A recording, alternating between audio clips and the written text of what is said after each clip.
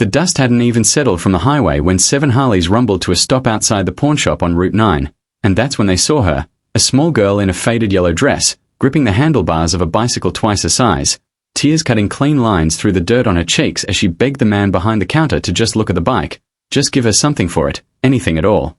If you believe in kindness, in second chances, and in stories that remind us why humanity still matters, hit like, drop a comment, share this with someone who needs it, and subscribe to Journey of Kindness, because what these bikers did next would change everything. He didn't say anything dramatic. He simply crouched down to her eye level, the leather of his jacket creaking, and asked her name. When she told him, voice trembling, he asked why a girl her age was trying to sell the only bike she owned. And that's when the whole story came spilling out of her, the way truth does when a child has been carrying it alone for too long. How her father, a man named Roland Hayes, had walked out 8 months ago and taken nearly everything that wasn't bolted down, including the money from her mother's medical fund, and how her mother, Annette Hayes, had been let go from her job at the textile plant after a back injury left her unable to stand for long shifts, and how the unemployment checks had stopped coming because of some paperwork error nobody could explain, and how for the last several weeks they'd been living on rice and whatever the church pantry could spare, until even that ran dry 2 days ago. Cassius asked her where her mother was right now, and Marigold pointed down the road toward a small rented house with peeling paint and a sagging porch, the kind of house that looked tired in the way people get tired, worn down by years of holding on. The bikers exchanged a look among themselves. Reuben, the youngest of them, barely 25 with tattoos still raw on his forearms. Delphine, the only woman in the group, a former army medic with eyes that had seen too much to be easily moved, except apparently today. And old Tobias, 63 years old, riding a bike older than some of the men beside him. Cassius told Walter to keep the bike right where it was, that nobody was buying anything today, and then he asked Marigold if she'd take them to her mother.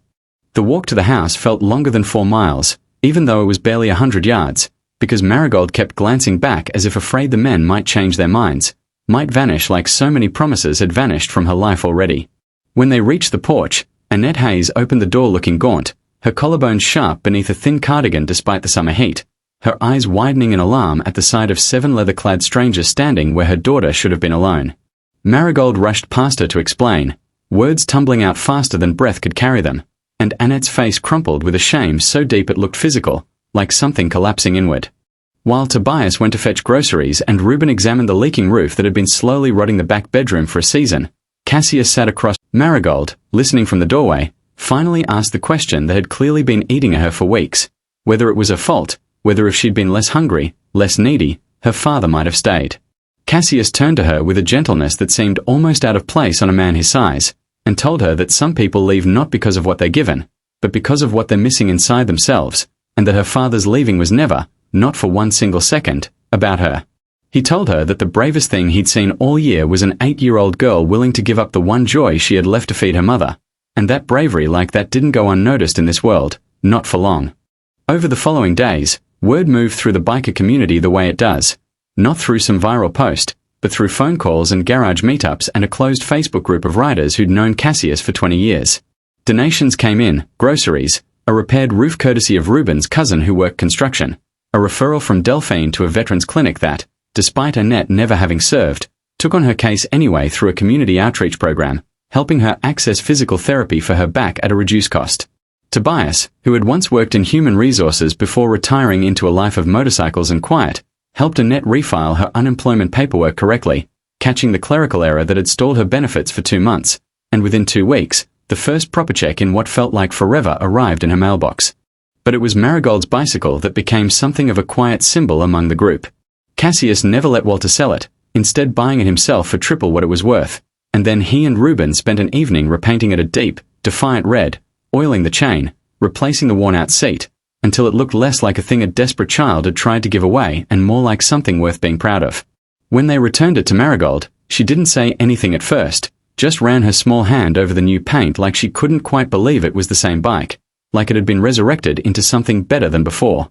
If this story has touched your heart even a little, if it reminded you that kindness still moves through this world in unexpected forms, please take a moment to like this video and share it with someone who needs reminding too. It costs nothing, but it means everything to videos like this one finding the people who need them. And before we reach the end of Marigold's story, I want to ask you something. Drop the word kindness in the comments below if you believe that small acts, the kind a frightened child or a group of strangers on motorcycles might offer, can still change the entire course of someone's life. Months later, Annette Hayes stood in the doorway of that same house, now with a new roof and a refrigerator that was never empty, watching her daughter ride that red bicycle down the street with a kind of unguarded joy she hadn't seen in nearly a year. Annette had found work again, lighter work at a community center that understood her injury, and for the first time since Roland had taken nearly everything from her, she felt something that resembled steady ground beneath her feet. Cassius and his riders still stopped by sometimes, not out of obligation but out of something that had quietly become friendship, proof that family isn't always defined by blood, but sometimes by the people who choose to stop, kneel down, and listen when a child says her mother hasn't eaten in 2 days. And somewhere on that road, going nowhere in particular, 7 motorcycles rode on, carrying with them the kind of quiet pride that comes not from what you own, but from what you've given away.